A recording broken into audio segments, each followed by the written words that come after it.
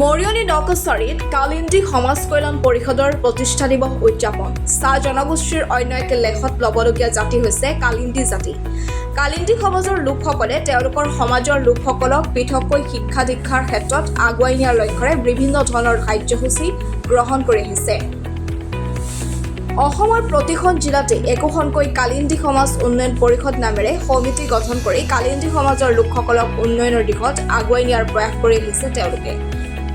আহি এই কালিন্দী সমাজ উন্নয়ন পৰিষদখন প্ৰতিষ্ঠা কৰা 40 বছৰ হ'ল। সেয়েহে শনিবাৰে মৰিয়নি হুলুংগুৰি চাহ বাগিচাৰ ৰাজহুৱা প্ৰেক্ষাগৃহত দিনজোৰা কাৰ্যসূচীৰে যোৰহাট জিলা সমিতিৰ উদ্যোগত আৰু মৰিয়নি টিয়ক তিতাবৰ আৰু কৰাইখুৰা চকলাটিং আঞ্চলিক সমিতিৰ সহযোগত উদযাপন কৰিলে 40তম প্ৰতিষ্ঠা দিৱস। যোৰহাট জিলা কালিন্দী সমাজ কল্যাণ পৰিষদৰ সভাপতি বিকাশ কালিন্দীৰ সভাপতিত্বত অনুষ্ঠিত হোৱা এই সভাত উপস্থিত আছিল কেন্দ্ৰীয় সমিতিৰ সহ সম্পাদক নৱজ্যোতি কালিন্দী, যোৰহাট জিলা সমিতিৰ সম্পাদক অজিত কালিন্দী, 4খন আঞ্চলিক সমিতিৰ সভাপতি সম্পাদক আৰু কেইবাজনো বিষয়ববীয়া। তেওঁলোকে বন্তি প্ৰজ্বলন, পতাকা উত্তোলন, শ্বহীদ তৰ্পণ আদি কাৰ্যসূচীৰ লগতে হিয়াৰ মধু জুবিন গাৰ্গকো শ্ৰদ্ধাঞ্জলি জনোৱা পৰিলক্ষিত হয়।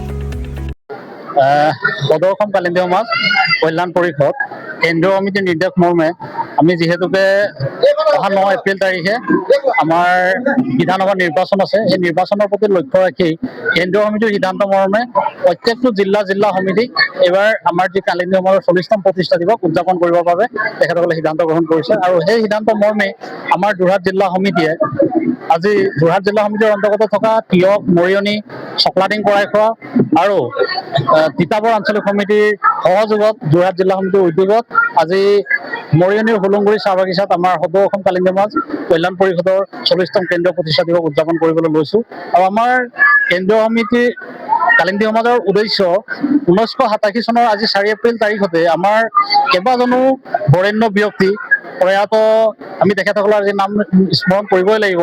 নটবৰ কালিন্দী ডাঙৰীয়া, বলোৰাম নাগ কালিন্দী ডাঙৰীয়া, কৃষ্ণৰাম নাগ কালিন্দী ডাঙৰীয়াৰ নেতৃত্বত তেখেতসকলে 1987 চনৰ 4 এপ্ৰিল তাৰিখতে সদৌ অসম কালিন্দী সমাজ প্ৰতিষ্ঠা কৰিছিলে। আৰু সেই তেতিয়াৰ পৰাই আজি 40টা বৰ্ষ আমি প্ৰত্যেক বছৰে কালিন্দী সমাজৰ প্ৰতিষ্ঠা দিৱস হিচাপে উদযাপন কৰি আহিছোঁ। আৰু আজিৰ তাৰিখতো আমি হুলুংগুৰি চাহ বাগিচাত সেই 40তম প্ৰতিষ্ঠা দিৱস উদযাপন কৰিছোঁ। আমাৰ কালিন্দী সমাজৰ এটাই উদ্দেশ্য বা এটাই লক্ষ্য, আমাৰ সমাজখনক আমি সকলো দিশতে ৰাজনৈতিক হওক, শৈক্ষিক হওক, সামাজিক হওক, ক্ৰীড়াত হওক, সকলো দিশতে আমি কেনেধৰণে আগবঢ়াই লৈ যাব পাৰোঁ, যিসকল আমাৰ চাহ জনগোষ্ঠীয় সম্প্ৰদায় বা সমাজ আছে সেইসকলৰ লগত হাতে হাত ধৰি আমি কেনেধৰণে আগবাঢ়ি যাব পাৰোঁ, আমি বৃহত্তৰ অসমীয়া জাতিৰ অবিচ্ছেদ্য অংগ হিচাপে কালিন্দী সমাজকো কেনেকৈ আমি তাত অংশগ্ৰহণ কৰিব পাৰোঁ, সেই উদ্দেশ্য আগত ৰাখি আমি কালিন্দী সমাজে কাম কৰি আছোঁ। আৰু আমাৰ পূৰ্বৰ দিনতকৈ আমি কালিন্দী সমাজে ইতিমধ্যে আমি দেখি পাইছোঁ বহু কিছুমান কাম আমি কৰি গৈ আছোঁ আৰু আগবাঢ়ি গৈ আছোঁ। আৰু আমাৰ যি লক্ষ্য উদ্দেশ্য আমি আগত ৰাখি কাম কৰিছোঁ, সেই লক্ষ্য উদ্দেশ্য আমি পৰৱৰ্তী সময়ত উপনীত হ'ম বুলি আমি দৃঢ় প্ৰতিজ্ঞ। আৰু আজি আমি